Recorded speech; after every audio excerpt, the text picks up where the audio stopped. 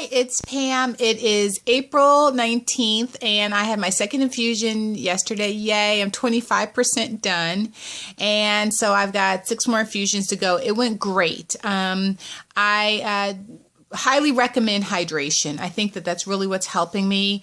Starting with about 24 hours before chemo.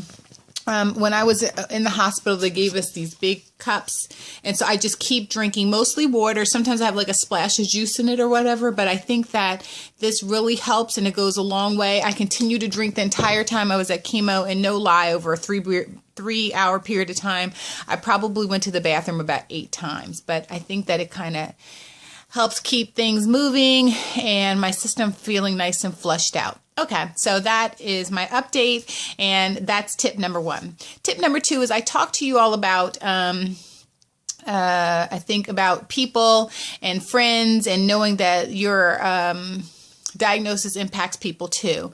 And so a couple other things I wanted to share. One I may have shared already, which was that when people come to me or they react, when they say, I'm sorry, I ask them, please don't feel sorry for me, that I didn't bring this upon myself. I didn't deserve it. No one does. But it's not a why me, because why not me? You know, babies get cancer, and so why not me? So I just ask people not to say sorry. I just ask them to pray for my peace and well-being. Also, tip number 2 is there was this professor, she was on Oprah. Gosh, I really wish I could remember her name, but she received some sort of head trauma and it wiped out her memory. I think that it was a stroke or something. But anyway, she hung a sign on her hospital room door, or someone did, that read, "You're responsible for the energy that you bring into this room." I love that. And so that's what I say to my friends. You're responsible for the energy you're bringing to me. So don't bring me negativity or woe is you sort of stuff. Like, let's just go with the positive. Be glad that I have a diagnosis and there's a plan, and we're just going to go forward with that. Okay.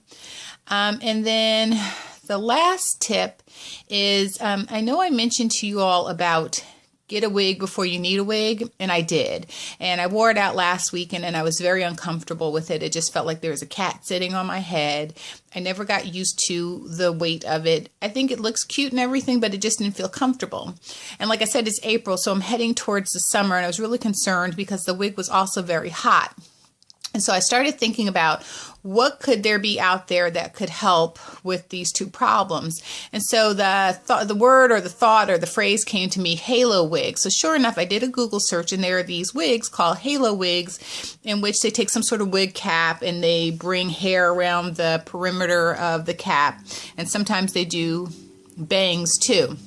I didn't like any of the styles. The hair wasn't working for me or whatever. When I cut my hair, it was about 10, 11 inches long, and it was natural and it was curly. Nothing like this at all. But what I decided to do was create my own halo wig. So I'm going to show you guys it in a second. But the thought is that I can wear it with this, or if I want to swap out a different kind of hat, I bought this turban that nobody seems to like except me. It reminds me of my mother's mom. My grandma Pfeiffer used to wear turbans, but I think that's super cute, right? And with my pink lipstick, I think it looks hot. And so any kind of hat, a baseball cap can be worn with it, because what I did was I bought a styrofoam wig and I bought a wig cap. And I just put hair around the parameter, so it's like almost like a monk, right? So it looks crazy like this, but the reality is, like, there's my hair. I can put this on, and I can switch up a scarf, a turban, or whatever, and still have the style that I want. So it took a bit of work. I had to get some utensils. If you're really interested in how I made it, if you leave a message in my comments box, maybe I'll create a video that shows how to do it. But I also bought some additional hair. It has an ombre, and it will, it's a little bit closer to my natural texture hair, but still much longer. If I'm going to be without hair and I'm buying hair, then I'm going to do stuff that's fun. And so this is fun. It looks very hippie to me and bohemian, and I love it. So anyway, video's a little long, but those are my tips. And this is my big hair secret. And I hope that you think that it looks good, and maybe it's something you're interested in doing for yourself. Okay. Talk to you soon. Bye. Mwah.